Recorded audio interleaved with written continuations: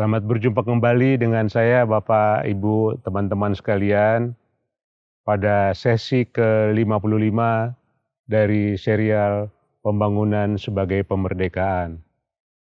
Bapak Ibu sekalian, walaupun secara singkat-singkat telah saya sampaikan ide koperasi sebagai sosok guru untuk pengembangan ekonomi kita di Indonesia, dengan mengambil contoh kesuksesan koperasi di negara lain, baik di Eropa maupun di Amerika Serikat, termasuk juga Jepang katakanlah. Ada pertanyaan yang diajukan kepada saya, apakah ide koperasi ini cocok di era milenial?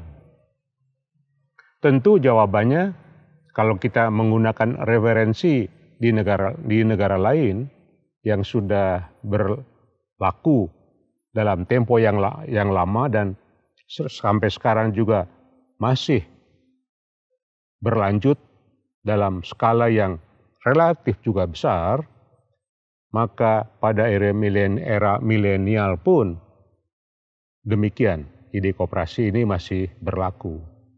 Tapi untuk Indonesia bagaimana?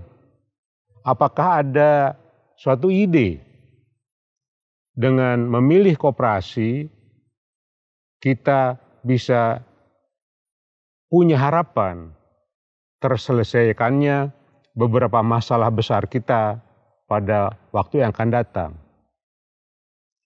Kalau saya ambil contoh yang berkembang dan dikagumi oleh banyak pihak pada 2 dekade katakanlah terakhir abad 21 ini, yaitu terwujudnya trading companies yang besar dibangun secara virtual, memanfaatkan teknologi informasi, teknologi komunikasi, komputerisasi yang canggih dengan bantuan satelit katakanlah, seperti yang kita saksikan di Indonesia. Kita punya Shopee, kita ada Tokopedia, ada Bukalapak, dan lain-lain. Pertanyaannya adalah, apakah ada ruang untuk koperasi dengan struktur dan mekanisme koperasi untuk bekerja dengan memanfaatkan IT, teknologi informasi seperti yang dimanfaatkan Shopee, Tokopedia katakanlah, dan perusahaan-perusahaan sejenisnya?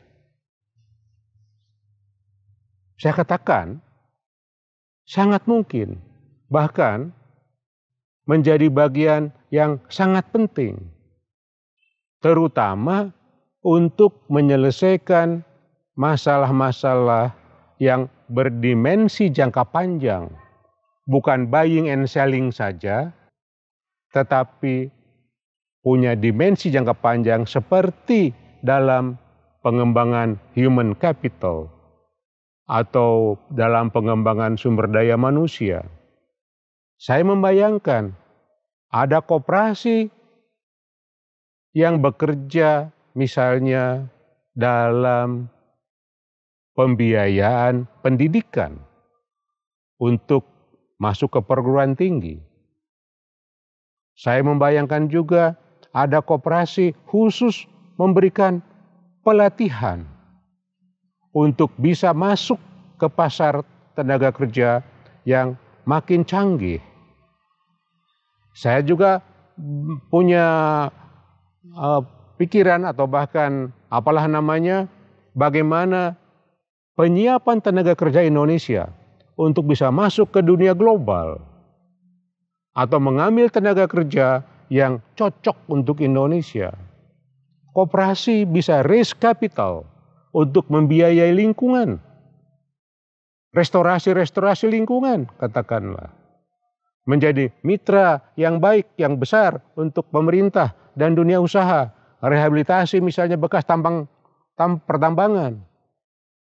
Saya pikir banyak sekali dimensi-dimensi yang bisa kita ambil inspirasi seperti dari Subak di Bali, Sasi di Ambon, katakanlah, untuk kita kembangkan menjadi suatu bisnis besar berjiwa kooperasi, ya, sehingga dia tidak eksklusif tetapi menjadi inklusif terhadap community, terhadap komunitas, terhadap masa depan Indonesia, dia inklusif.